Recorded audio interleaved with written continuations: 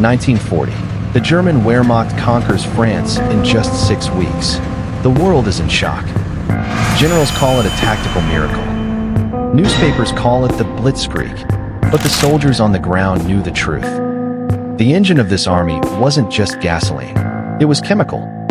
Before the first shot was fired, 35 million pills were shipped to the front lines.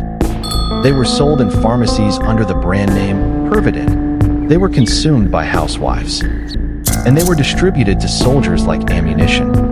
This is the story of how one chemical promised a quick victory, but delivered a slow, agonizing catastrophe. To understand the collapse, we must look at the beginning. In late 1930s Berlin, methamphetamine wasn't a secret weapon. It was a consumer product. Daimler-Werke, a pharmaceutical giant, marketed it as a miracle cure for modern life. It was sold as a mood elevator, a cure for depression, a way to work harder for the fatherland.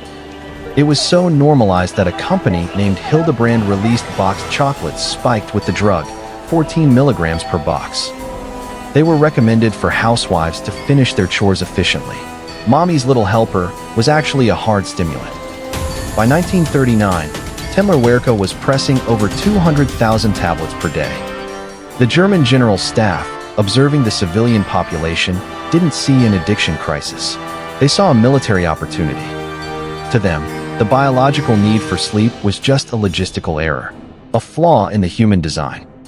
And Pervitin was the engineering patch. But what exactly was inside these tubes? The soldiers called it Panzerskokolade, tank chocolate, or Hermann Göring pills. But chemically, it was pure methamphetamine. When a soldier swallowed the pill, the drug quickly crossed the blood-brain barrier. In a normal human brain, when energy runs low, the body releases adenosine, a signal that says, "You are tired, stop." Pervitin blocked this signal. Simultaneously, it flooded the synapses with dopamine and norepinephrine. The result was a short circuit of the body's safety mechanisms. Alertness spiked. Hunger disappeared. The sensation of pain was dull. A soldier could march for 40 kilometers with a full pack and feel like he was floating. But the drug didn't create energy. It stole it. It forced the body to burn its emergency reserves of calcium and protein. The Wehrmacht wasn't conquering Europe with superior biology. They were doing it on a biological credit card, with a catastrophic interest rate. May 1940. The invasion of France, the ultimate test of the drug.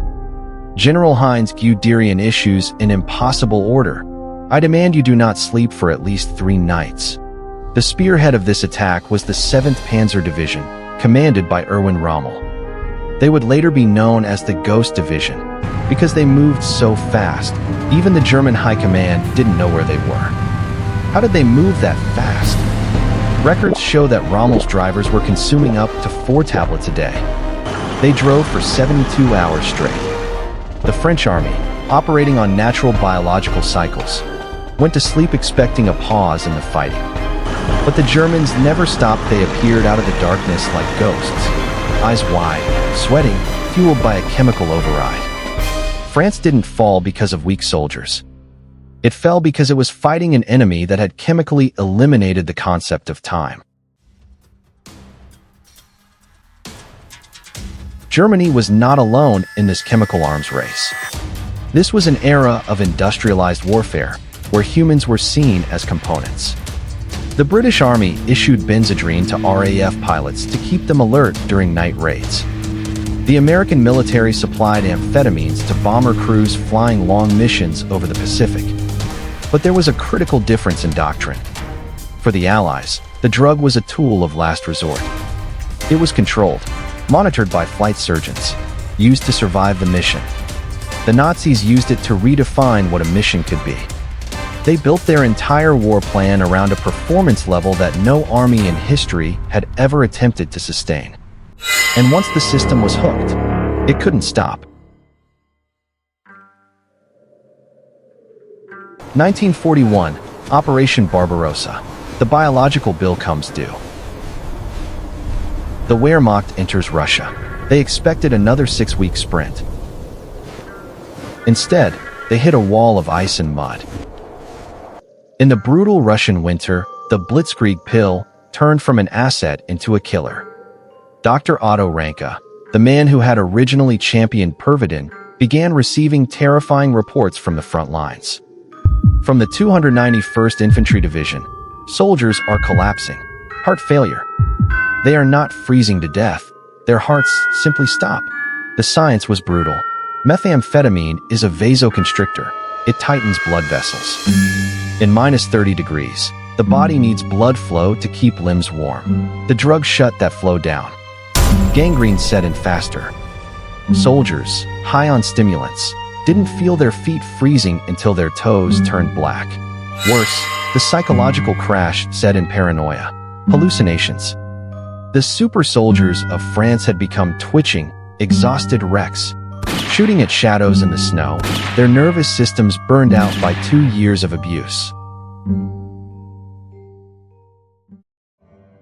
By 1944, as the war turned hopeless, the regime's desperation led to total madness. Standard Pervitin was no longer enough. The Navy needed something stronger for their suicide missions in mini-submarines. They created a new experimental drug, code-named D9. It was a nightmare cocktail. 5 milligrams of cocaine, 3 milligrams of Pervitin, 5 milligrams of Eucadol, a morphine-based painkiller. They tested it on prisoners in the Sachsenhausen concentration camp. The prisoners were forced to march in circles carrying 20-kilogram packs. Fueled by D9, some marched for 90 kilometers without resting before collapsing. The Nazis were planning to issue this chemical insanity to the entire army. But they ran out of time. By then, the damage was already done, not just to the army, but to the man who commanded it. By 1945, the rot had reached the very top. Hitler himself, treated by Dr. Morell, was a walking pharmacy, injected daily with opioids and stimulants. His trembling hands and the final bunker footage are a symbol of the entire regime. They tried to engineer a new reality. They tried to conquer biology. But the lesson of Pervitin is simple. You cannot cheat physiology.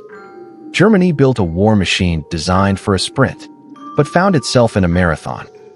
And when the chemical fuel ran out, there was nothing left but the crash. Not just a strategic defeat, a biological one. They didn't lose the war. They consumed themselves.